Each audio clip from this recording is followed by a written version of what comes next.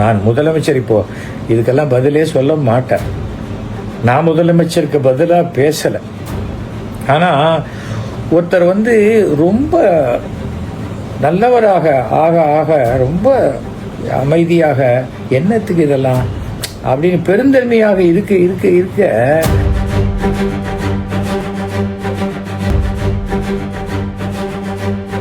கழுத்தில் கத்திய வைக்கிற மாதிரி எனக்கு இதுதான் வேணும், எனக்கு இதுதான் வேணும், கொடுத்தா பண்ணுவேன், இல்லைன்னா போகும். போங்க, நீங்கள் போகிறதும் போகாதும் உங்கள் இஷ்டம். ஆனால்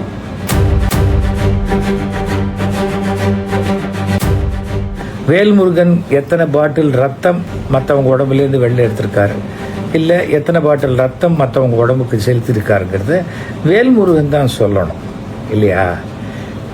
இன்னைக்கு அது மாதிரி எத்தனையோ ஒரு விஷயங்கள். எங்கள் அப்பா கிட்டத்தட்ட 100. நான் இறைவனை நம்புகிறேன், 100% கடவுளை நம்புகிறேன். யாரும் யாரையும் அழிக்கவும் முடியாது, வாழ வைக்கவும் முடியாது. கடவுள் மட்டும்தான் அதை வாழ வைக்க முடியும் நான் நினைப்பேன். ஆனால் கடவுள் நம்பிக்கை இல்லாதவர்களுடன் என்னால் சகஜமாக பழக முடியும். நான் வேற, நீங்கள் மற்ற அரசியல்வாதி மாதிரி நினச்சி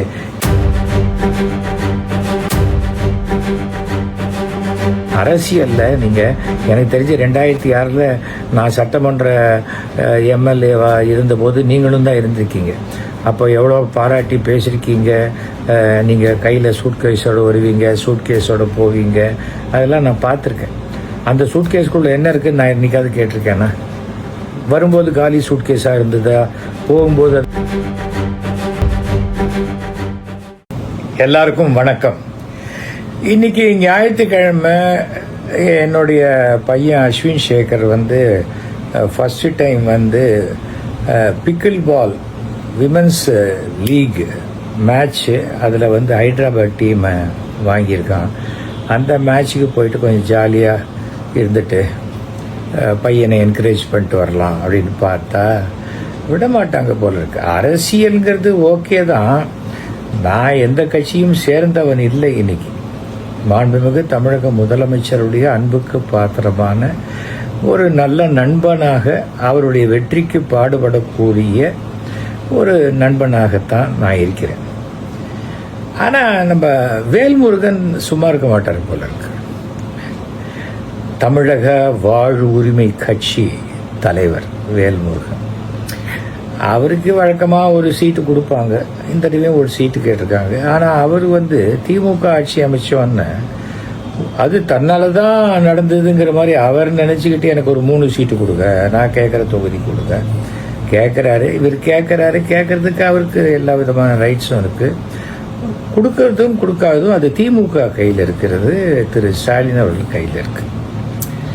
அடிப்படையாகவே வேல்முருகன் ஒரு தடாலடியான அரசியல்வாதிங்கிறது சராசரியாக அரசியலில் இருக்கிற எல்லாருக்குமே தெரியுங்கும் போது முதலமைச்சருக்கு அது தெரியாத இருக்குமா சொல்லுங்கள்? அவருக்கு தவறுவான். ஐஎஸ், சிபிசிஐடி, எஸ்பிசிஐடி எத்தனை ஃபோர்ஸ் வச்சுருக்காங்க, மிஷினரி வச்சுருக்காங்க.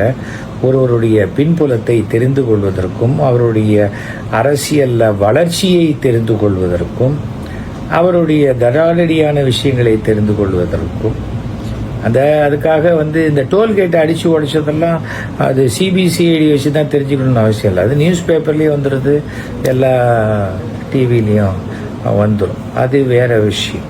ஆனால் அவருக்கு சீட்டு கொடுக்குறாங்க கொடுக்கலைங்கிறது வேற விஷயம். அதை தாண்டி முதலமைச்சருடைய சமூக நீதிக்கு ஏதோ பங்கம் வந்துட்ட மாதிரியும், சமூக நீதிக்கு எதிராக பேசினவங்களெல்லாம் கூப்பிட்டு வச்சு அந்த நடிகருடைய அப்பா பேரில் தெருவுக்கு பேர் வச்ச மாதிரியும் இதெல்லாம் பேச வேண்டிய அவசியமே வேல்முருகனுக்கு இன்னைக்கு கிடையாது. இப்போ திமுகவில் சீட்டு இல்லை, கதவு சாத்தியாச்சு அப்படின்னா அடுத்த கதவு எங்கே திறந்திருக்குன்னு போக வேண்டிய பதட்டத்திலையும் சூழ்நிலையிலையும் இருக்க வேண்டியவர் என்னை பற்றி பேச வேண்டிய அவசியம் இல்லை, என் தந்தையை பற்றி பேச வேண்டிய அவசியம் இல்லை. என் தந்தை 86,000 பாட்டில் ரத்தம் சேமித்து கொடுத்தவர். வேல்முருகன் எத்தனை பாட்டில் ரத்தம் மற்றவங்க உடம்புலேருந்து வெளில எடுத்திருக்காரு, இல்லை எத்தனை பாட்டில் ரத்தம் மற்றவங்க உடம்புக்கு செலுத்திருக்காருங்கிறத வேல்முருகன் தான் சொல்லணும் இல்லையா? இன்னைக்கு அது மாதிரி எத்தனையோ ஒரு விஷயங்கள் இருக்கு. எங்கள் அப்பா கிட்டத்தட்ட 100 அனாதை பிணங்களை அடக்கம் செய்தவர். கமலஹாசன் இன்னைக்கு தன்னுடைய நற்பணி மன்றமாக ரசிகர் மன்றத்தை மாற்றுவதற்கு எங்கள் அப்பா ஒரு முக்கியமான காரணமாக இருந்திருக்கிறார். எங்கள் அப்பாவை பற்றி தெரியலன்னா கூகுளில் பார்த்து தெரிஞ்சுக்கங்க. ஒருவேளை உங்களுக்கு கூகுள் பார்க்க தெரியலன்னா பார்க்க தெரிஞ்சவங்களை கேட்டு தெரிஞ்சுக்கங்க இல்லையா. அதை விட்டுட்டு முதலமைச்சருக்கு உங்களுக்கு பதில் சொல்றதுக்கு உங்ககிட்ட விஷயம் இல்லைன்னா அதுக்கும் நான் தான் விஷயம் கொடுக்கணுமா உங்களுக்கு? சொல்லுங்க.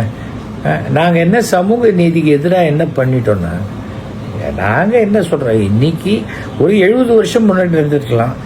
70 வருஷத்துக்கு முன்னாடி உங்கள் தாத்தாவுடைய தாத்தாவுடைய தாத்தாவுடைய தாத்தா ஏதாவது ஒரு தப்பு பண்ணியிருந்தா அதுக்கு உங்களை தண்டிச்சா நீங்கள் சும்மா இருப்பீங்களா?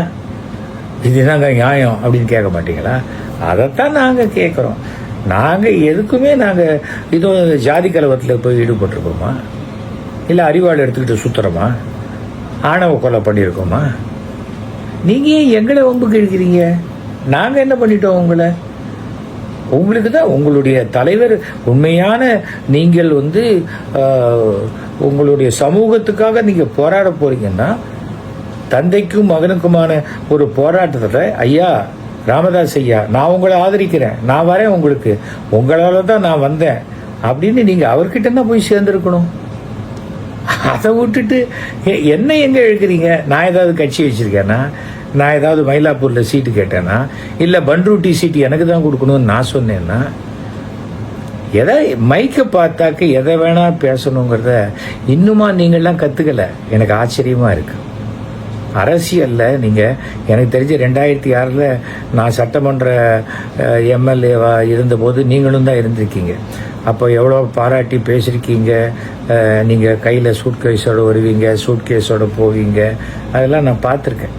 அந்த சூட்கேஸ்குள்ளே என்ன இருக்குன்னு நான் இன்றைக்காவது கேட்டிருக்கேன்னா? வரும்போது காலி சூட்கேஸாக இருந்ததா, போகும்போது அது ஹெவியாக இருந்ததா, அதெல்லாம் நான் கேட்டிருக்கேன்னா? நான் கேட்டதே கிடையாது. நான் கேட்க மாட்டேன். ஏனென்றால் அது உங்கள் சூட்கேஸ், அதுக்குள்ளே என்ன வேணால் கொண்டு வரதுக்கு உங்களுக்கு ரைட்ஸ் இருக்குது இல்லையா? சமூக நீதியை பற்றி நாங்கள் எதிர்க்கிறீங்க. உங்களுக்கு கலைஞரை பற்றி தெரிஞ்சிருக்கணும்னு நினைக்கிறேன். தெரிஞ்சிருக்கோம் இல்லையா? ஏன்னா அவர் தானே அப்போ சீட்டு கொடுத்தாரு. கலைஞர் தன்னுடைய நெஞ்சுக்கு நீதி 5வது பாகத்தில் என்னை பற்றி அரை பக்கம் எழுதியிருக்காரு. வேணா படித்து பார்த்துக்கங்க. ஓகேயா? இன்றைக்கும் போய் திருப்பி ஜாதியை வச்சு இன்னொரு ஜாதிக்கு எதிராக பேசுறதுனால எந்த ஓட்டும் உங்களுக்கு வந்துடாது. ஓகே? பண்ருட்டியில் போய் எஸ்வி சேகரை பற்றி பேசினா உங்களுக்கு ஓட்டு விழுமா? விழாது. ஃபர்ஸ்ட் ஆஃப் ஆல் முதலமைச்சர் உங்கள் தோளில் கையை போட்டு என்ன வேல்முருகன் எப்படி இருக்கீங்க, நல்லா இருக்கீங்களா அப்படின்னா அது ஒரு பெருமையாகத்தான் நீங்கள் நினைக்கணுமே தவிர பதிலுக்கு என்ன எப்படி இருக்கீங்க அப்படின்னு பதிலுக்கு நீங்களும் அவர் தோளில் கை போடணும்னு நினச்சிங்கன்னா அதுக்கு நீங்கள் ஒரு 75 வருஷம் ஒரு கட்சியை ஆரம்பித்து திரு ஸ்டாலின் அவர்களோட ஒரு 2 வயசு பெரியவராக இருந்து என்னைக்காவது ஒரு முறை மொத்தமாக உங்கள் தலைமையில் ஆட்சி அமையும் போது தான் நீங்கள் அப்படி பேச முடியும். ஸ்டாலின் அவர்கள் உங்ககிட்டலாம் ரொம்ப பெருந்தன்மையாக நடந்துக்கிறார் அப்படின்னா அது அவரை பலகீனம்னு நீங்கள் நினைக்கிறது அது உங்களுக்கு தான் பலகீனமாக போகும். இதெல்லாம் அரசியலுடைய அடிப்படை பாடங்கள். தேர்தல் நேரத்தில் அப்படியே தேர்தல் தேதியில் அறிவித்த நேரத்தில் கழுத்தில் கத்திய வைக்கிற மாதிரி எனக்கு இது தான் வேணும், எனக்கு இது தான் வேணும், கொடுத்தா பண்ணுவேன், இல்லைன்னா போங்க. நீங்கள் போகிறதும் போகாதும் உங்கள் இஷ்டம். ஆனால் அந்த மிரட்டல் இருக்கவே கூடாது எங்கேயுமே. வேண்டுகோள் வைக்க வேண்டிய இடத்தில் மிரட்டல் என்னைக்குமே பலனளிக்காது. ஞாபகம் வச்சுக்காது. இன்னைக்கு அரசியலில் ஒரு கூட்டணியை எப்படி அனுசரித்து போகிறதுங்கிறது என்னுடைய அருமை நண்பர், நான் யாரை சொல்கிறேன்னு உங்களுக்கு தெரியுமா? திருமா அவர்களை கேட்டு தெரிஞ்சுக்கங்க. திருமாவை பார்த்து தெரிஞ்சுக்கங்க. இதே திருமாவை நான் 2002 தேர்தலுக்கு நான் வரமாட்டேன்னு சொன்னபோது அப்படியே நீங்கள் சொல்கிறீங்க ஏரி மேலே கோச்சிக்கிட்டு இது பண்ணாத போகிற மாதிரிலாம் இருக்கக்கூடாது. நீங்கள் என்னையும் நீங்கள் சேர்க்கணும், நானும் நிற்கணும் நீங்கள் அரசியலுக்குள்ள அப்படின்னு சொன்னவன்னா இன்றைக்கும் திருமா எனக்கு நல்ல நண்பர். ஒரு கூட்டத்தில் நான் எங்கேயாவது நான் அவரை கவனிக்கலைன்னா கூட அவர் என்னை பார்த்து வணக்கம் சொல்லக்கூடிய நண்பராக இன்றைக்கும் இருக்கார். கருத்து வேறுபாடு 1000 இருக்கலாம். அதுக்காக ஏன் வெறுக்கணும்? உடனே பேசணும். எங்க அப்பா தெரு பேர் வச்சது உங்களுக்கு என்ன பிரச்சனை? உங்க அப்பா பேர் வைக்கலைங்கிற கோபமா, இல்ல உங்க அப்பா பேர் வைக்கிற அளவுக்கு நடந்துக்கலைங்கிற வருத்தமா? இதெல்லாம் எதுக்கு நீங்க பேசுறீங்க? உங்களுக்கு சீட்டு வேணுமா வேண்டாமா, உண்டா இல்லையா, வச்சிருக்காங்களா வெளில அமிச்சிட்டாங்களா, அடுத்த கட்ட நடவடிக்கை என்ன, அதுதானே பார்க்கணும். ஏன்னா உங்களுக்கு மாத்திரம் இனிமேல் தனியா தேதி அறிவிக்க போறதில்ல. உங்களுக்கு மாத்திரம் எல்லாருக்கும் 8ஆம் தேதியோட க்ளோஸ் பண்ணுவாங்க. 9ஆம் தேதி அன்னைக்கு இருந்து பிரச்சாரத்தை ஆரம்பிச்சாதான் 23ஆம் தேதி. ஏன் நீங்க தான் அவ்வளோ பலசாலியா இருக்கீங்கன்னா நின்றுட்டு போங்க. தனியா தமிழக வாழ்வுரிமை கட்சி தனித்து நிக்குது. 3 தொகுதி என்ன, 30 தொகுதி நில்லுங்க. யார் உங்களை கேட்க போறாங்க? சவால் விடுங்க திமுகவுக்கு. விட முடியாது இல்லையா? கொஞ்சம் பக்குவமா இருங்க வேல்முருகன். தவறுவோம். பொது வெளியில யாரை வேணா எதை வேணா பேசலாம், பரபரப்பா பேசலாம்னா அது சரியா வராது. எதிர்காலத்தையும் பாதிக்கும். உங்களுக்கெல்லாம் கூட்டணி இருந்தால்தான் உங்களுக்கெல்லாம் மிகப்பெரிய மரியாதையும் கௌரவமும். கூட்டணியில இருக்கிறது மட்டுமே மரியாதை ஆயிடாது. எந்த இடத்துல மரியாதையும் கௌரவமும் கொடுக்கப்படுகின்ற கூட்டணி தலைமை இருக்கிறதோ அந்த கூட்டணி தான் உங்களுக்கு சிறந்தது. நீங்க 2006 இருக்கீங்க இல்லையா? திமுக கூட்டணிலையும் இருக்கீங்க. திமுக கூட்டணியில உங்களுக்கு 1% நன்மை கூட விளையலன்னு நினைக்கிறீங்களா? 1% லாபம் கூட கிடைக்கலன்னு நினைக்கிறீங்களா? மனசாட்சியை தொட்டு சொல்லணும் இல்லையா? பார்த்துக்கங்க. நான் முதலமைச்சர் இப்போ இதுக்கெல்லாம் பதிலே சொல்ல மாட்டார். நான் முதலமைச்சருக்கு பதிலாக பேசல. ஆனா ஒருத்தர் ரொம்ப நல்லவராக ஆக ஆக ரொம்ப அமைதியாக என்னத்துக்கு இதெல்லாம் அப்படின்னு பெருந்தன்மையாக இருக்க இருக்க இருக்க அவரை என்னமோ பலகீனமானவர்னு நினைச்சு நீங்க பேசுறீங்களோன்னு. இது நான் முதலமைச்சரை என்னுடைய நண்பராக நினைக்கிறதுனால பேசுற பேச்சுக்கள் தப்பு. நான் அவரை இன்னைக்குமே சிஎம்ங்கிற இதுல இருந்து இறக்கினதே கிடையாது. ஒரு முறை என்னை ஒரு மீட்டிங்க்கு என்னை அழைச்சார். நான் அப்போ அதிமுகலேருந்து விலக்கப்பட்டிருக்கேன். தலைவர் நாளைக்கு உங்களை வர சொன்னார் அப்படிங்கிறார். யாரு? துணை முதல்வர் ஸ்டாலின் அவர்கள். நான் சொன்னேன், எனக்கு நீங்க தான் சார் தலைவர். தலைவரோட தலைவர் கூப்பிட்டார், நம்ம தலைவருக்கெல்லாம் தலைவர் கூப்பிட்டாருனாக்க நான் வந்துட்டு போறேன் அப்படின்னு சொன்னவன். நான் எதையும் பொய் சொல்ல வேண்டிய அவசியமே இல்லை. ஏன்னா எனக்கு அரசியல் இருந்து எந்த ஆதாயமும் தேவையில்லை. நான் கள்ளசாராயம் காய்ச்சறவன் கிடையாது, ரோடு கான்ட்ராக்ட் எடுத்து பண்றவன் கிடையாது, மணல் வியாபாரம் பண்றவன் கிடையாது. ஒழுங்கா டாக்ஸ் கட்டிக்கிட்டு என்னுடைய வருமானத்துல வாழ்க்கையை கடன் இல்லாமல் சிறப்பாக நடத்தி கொண்டிருக்கும் அப்படியே காலரை உயர்த்தி சொல்லக்கூடிய ஒரு குடிமகன். அதனால எனக்கு நான் இருக்கும் இடத்தில் மரியாதை ரொம்ப முக்கியம், கௌரவம் ரொம்ப முக்கியம். எனக்கு 1000 கொள்கைகள் வேறுபாடு இருக்கலாம். கொள்கைகள் வேறுபாடு இருக்கிறது வேற, மனிதர்களை வெறுக்கிறது வேற. என்னால எந்த ஒரு மனிதனையும் வெறுக்க முடியாது. திராவிட கழகத்துக்கும் கொள்கைக்கும் எனக்கும் ஆகவே ஆகாது. ஒரு நாள் ரயில்ல ஆசிரியர் வீரமணி ஐயா பார்க்குறேன். வணக்கம் ஐயா, நல்லா இருக்கீங்களா, எப்படி இருக்கீங்க, ஹெல்த் எல்லாம் நல்லா இருக்கா? அன்னைக்கு கூட உங்களை டாக்டர் மோகன் காமேஸ்வரன் உடைய ஹாஸ்பிட்டலில் பார்த்தேன், எப்படி இருக்கீங்க, இப்போ ஹெல்த்தை பார்த்துக்கங்க, நல்லபடியாக இருக்கணும். அவர் பிறந்த நாளைக்கு நான் ஃபோன் பண்ணி வாழ்த்து சொல்கிறேன். என்ன தப்பு? அவருக்கு அவர் கருத்து, எனக்கு என் கருத்து, அவ்வளோதானே. அதுக்காக அவர் இருக்கிற ஊரில் நான் இருக்க மாட்டேன்னு சொல்ல முடியுமா? இல்லை நான் இருக்கிற ஊரில் அவர் இருக்கக்கூடாதுன்னு சொல்ல முடியுமா? அதெல்லாம் யாரும் எதையுமே சொல்ல முடியாதுங்க. நான் இறைவனை நம்புறேன், 100% கடவுளை நம்புறேன். யாரும் யாரையும் அழிக்கவும் முடியாது, வாழ வைக்கவும் முடியாது. கடவுள் மட்டும்தான் அதை வாழ வைக்க முடியும் நான் நினைப்பேன். ஆனால் கடவுள் நம்பிக்கை இல்லாதவர்களுடன் என்னால் சகஜமாக பழக முடியும். நான் வேற. நீங்கள் மற்ற அரசியல்வாதி மாதிரி நினச்சி என்னை போய் வம்பு கேட்காதீங்க, நல்லா இருக்காது. எனக்கும் வாய் சும்மா இருக்காது. எனக்கு 2ல் சனி. என் வாயில விழுந்து யாரும் புறப்படக்கூடாதுன்னு ஜோதிடம் தெரிந்தவர்கள் சொல்வார்கள். அதனால ஒருவேளை உங்களுக்கு திமுக கதவு சாத்தப்பட்டால் இருக்கவே இருக்கு அதிமுக, இருக்கவே இருக்கு. இப்ப அதெல்லாம் விட்டுருங்க. அதிமுக என்ன அதிமுக, தாவேக்கா விடவா? நம்ம ஊர்ல 30 சீட்டு கொடுப்பாங்க உங்களுக்கு, அங்க ஜாயின் பண்ணிக்கங்க, அவ்வளவுதானே. ஆட்சி அமைச்சிட்டு போங்க. நீங்களே துணை முதல்வராக இருந்துட்டு போங்க.